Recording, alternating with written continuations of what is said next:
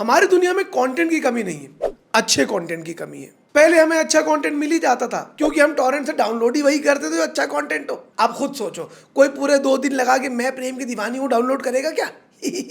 लेकिन अब का सीन ये है गाइस कि हमारे पास दोस्त कम है, ओटीटी ज्यादा है, समय कम है, फिल्में ज्यादा हैं, करियर का प्रेशर कम है, कल्चर का प्रेशर ज्यादा है।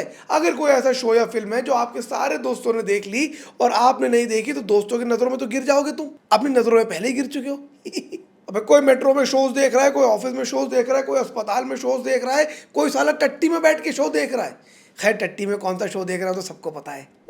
But the point is cheap data and access to OTT has overexposed us to content in a good way and also in a bad way. Good way क्योंकि अब हम दुनिया की बाकी फिल्में भी देख रहे हैं, सिर्फ सलमान खान की फिल्में नहीं देख रहे। And in a bad way because अब इतना कुछ है देखने को कि समझ ही नहीं आता क्या देखे और क्या नहीं देखे। ऐसे में इंसान ढूंढता है क्लटर ब्रेकिंग चीजें जो एक्चुअली कुछ हट के उसको दिखा सके, और उन्हीं क्लटर ब्रेकिंग फिल्मों की बात हम लोग को भी करनी चाहिए। ऐसे ही क्लटर ब्रेकिंग फिल्म आई महाराजा, जो जब ऐसे क्लटर में आई कि उसको हमने थिएटर में देखा ही नहीं। हम भी तो गधे ही हैं, मैं कब बोल रहा हूँ मैं गधा नहीं हूँ। बहरहाल Maharaja came on OTT with Netflix and it is ruling the charts. बहुत से लोग बातें कर रहे हैं महाराजा की, मुझे भी ऑडियंसेस ने ही रेकमेंड करा कि मैं महाराजा देखूं। अब तक आप शायद वो फिल्म देख चुके होंगे, so this is not a review but it's actually trying to explain why Maharaja is the best film this year. और ये सब मैं आप लोग को बताऊंगा अगले 5 पॉइंट्स में। Well that's because I am Zain और मुझे वो टेंग टेंग टेंग वो लगाना था यहाँ पर। एनीवे गाइस, वीडियो की शुरुआत करते हो, सबसे पहले शुरुआत करते हैं फैक्टर नंबर 1 यानी कि the plot of the film. देखो सबसे पहले तो मैं ये बताना चाहता हूं कि एक बढ़िया फिल्म बनाना काफी सिंपल होता है। I am not saying it's easy, I am saying that it's simple. क्योंकि एक अच्छी फिल्म वो है जिसमें एक अच्छी कहानी है और उस कहानी को अच्छी तरीके से बताया गया हो। Once a film has these two things sorted, nothing else really matters. लेकिन अनफॉर्चुनेटली हमारी फिल्म इंडस्ट्री में फिल्में कहानियों से नहीं मार्केटिंग से बनती है। कौन सा स्टार कितनी जनता खींचेगा, किसकी इमेज पे क्या सूट करता है, कौन सा आइटम नंबर वायरल होगा और कौन से कॉम्प्लिकेटेड हुक स्टेप पे 2 टके के इन्फ्लुएंसर्स डांस कर सकेंगे। थैंकफुली तमाम ऐसी फिल्में बॉलीवुड के अंदर आ चुकी हैं जिन्होंने ऐसी थ्योरीज को गोबर साबित कर दिया है। उन्हीं में से एक महाराजा भी है। फिल्म का प्लॉट ये है कि महाराजा नाम का एक हज्जाम है जो एक दिन पुलिस में लक्ष्मी के मिसिंग होने की रिपोर्ट लिखवाने आता है।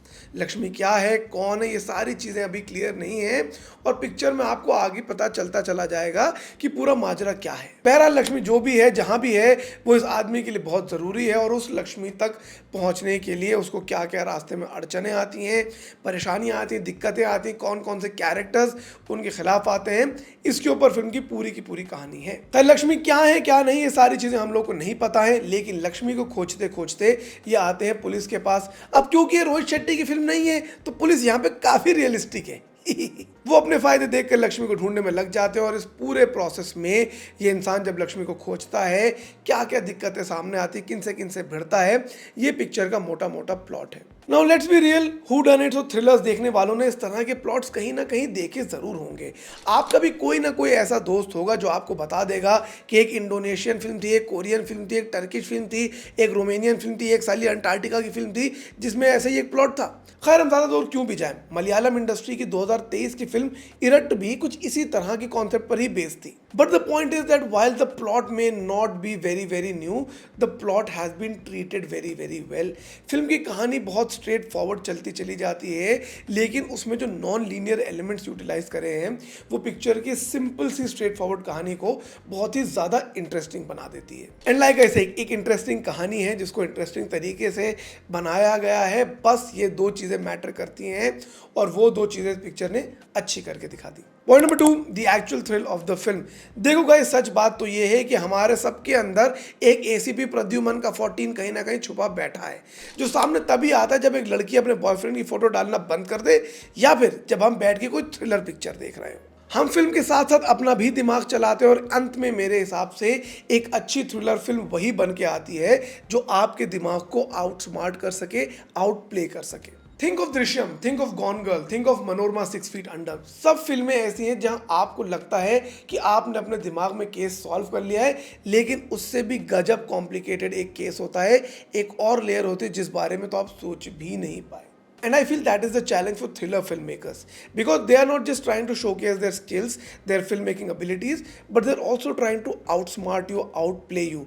और जब भी कोई डायरेक्टर कोई फिल्म आपके दिमाग को चकमा दे पाती है, मुझे वो फिल्म ज़्यादा अच्छी लगती है। यहाँ पर भी जिस तरह के थ्रिल्स आते हैं पिक्चर के अंदर, जिस तरह के ट्विस्ट आते हैं, you don't actually see it coming.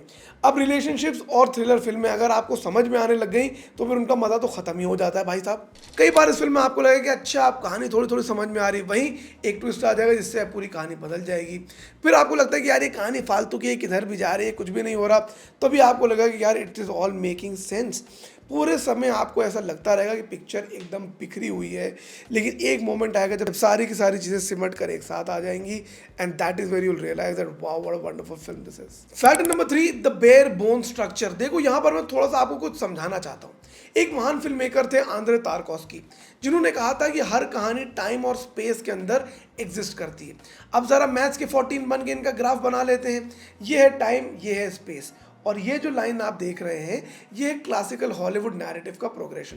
एकदम सीधे सीधे कहानी टाइम और स्पेस में आगे बढ़ती रहती है।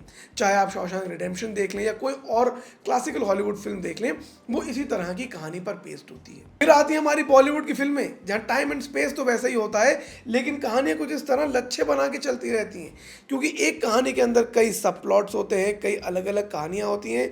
आपको लगेगा कि टेढ़ी मेढ़ी लाइनें हैं, लेकिन अगर आप इनके दोनों सिरों पकड़ के खींच दें तो ये भी एक सीधी नैरेटिव बन जाती है। अब यहाँ पे मैं पूरा फिजिक्स वाला सिर्फ इसलिए बन गया था ताकि मैं आपको बता सकूं कि एक तो ये बॉलीवुड का नैरेटिव कितना अच्छा है कि रोल करते करते भी एक सीधा नैरेटिव बना लेती है, और दूसरा इसलिए भी कि कई बार बॉलीवुड की फिल्में इसी वजह से सफ़र करती हैं।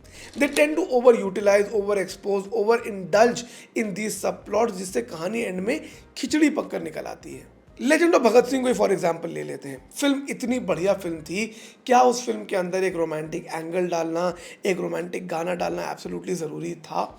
बहुत सी हमने ऐसी फिल्में देखी हैं जहाँ पर सब प्लॉट्स इतने ज़्यादा फैला दिए जाते हैं जिनका कोई पॉइंट एंड में नहीं बनता।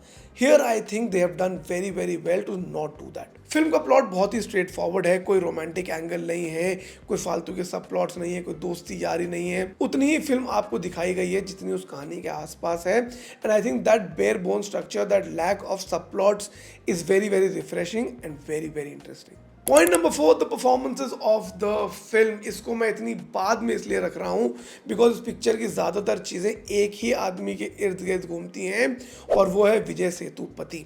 इस पिक्चर के अंदर फ़र्क यह है कि इस पिक्चर के अंदर मक्कल सेल्वन विजय सेतुपति द स्टार नहीं कास्ट करे गए हैं। इस पिक्चर के अंदर विजय सेतुपति द एक्टर को कास्ट किया गया है। फिल्म फैन सर्विस नहीं करती है, फिल्म उनके फैंस के लिए नहीं बनी है, फिल्म उनकी एक्टिंग को दर्शाने के लिए बनाई गई है, और उन्होंने वो काम बहुत ही अच्छे से करा है। जब फिल्म एक बड़े कैरेक्टर के कंधों पर चल रही हो, so it really really needs that actor to be very very well to actually do that. उनके सामने थे Anurag Kashyap, who's actually a newbie in the acting space, लेकिन उनकी परफॉर्मेंस भी मुझे ठीक ठाक लगी। हैविंग सेड दैट, अगर कोई और एक्टर कास्ट किया जाता who was a senior in that language itself, तो मे बी उनकी परफॉर्मेंस और बेहतर हो सकती थी, but overall the performance of the film really really do justice. Point number 5, the pace of the film. अगर आप मुझे पहले से देखते आ रहे हैं तो आपने मेरे मुंह से सैकड़ों बार सुन लिया होगा कि पिक्चर बहुत स्लो थी, पिक्चर बहुत लंबी थी। वो इसलिए भाई साहब क्योंकि हमारे अटेंशन के स्पैन बहुत बहुत ज़्यादा घट गए हैं। अरे हम 15 सेकंड की रील को भी पूरा नहीं देखते भाई साहब, 5 सेकंड में ऊपर कर देते हैं। ऐसे में लंबे लंबे शॉर्ट्स दिखाना वो एक बहुत ही आउट ऑफ डेट चीज़ हो गई है। And while films can be longer, films have to have a great pace. Oppenheimer का एग्जाम्पल ले लेते हैं। फिल्म ऑलमोस्ट 3 घंटे लंबी है, लेकिन इतनी फास्ट पेस में आगे बढ़ती है दैट वो लेंथ आपको महसूस ही नहीं होती। यहाँ पर भी इन्होंने वही चीज़ करी हुई है। While the film is 2.5 hours of length, लेकिन सीन्स इतने जल्दी जल्दी मूव करते हैं, शॉर्ट्स इतने जल्दी जल्दी कट होते हैं कि आपको फिल्म की लेंथ महसूस ही नहीं होती। That I think they've done a good job. वैसे तो ये रिव्यू नहीं था, लेकिन तब भी अगर मैं आप लोग को रेकमेंड करना चाहूँ तो मैं इसको देना चाहूँगा 4.5 स्टार्स। आधा स्टार मैं बस काटता हूँ अनुराग कश्यप की कास्टिंग के लिए। बाकी otherwise if you are really really looking forward to a good film this weekend, watch Maharaja and you'll understand what the hype is all about. Bhagi, like, comment and subscribe to my channel. जब good news का वो आएगा तो आप देख लीजिए। And also I am trying to start a new series on my channel call India's craziest stories. अगर आपको नाम सुन के उस शो में एक्साइटमेंट दिखती है तो प्लीज़ कॉमेंट में क्या लिख के बोले, गो फॉर इट लिख के भेजिएगा। Thank you, bye bye, done.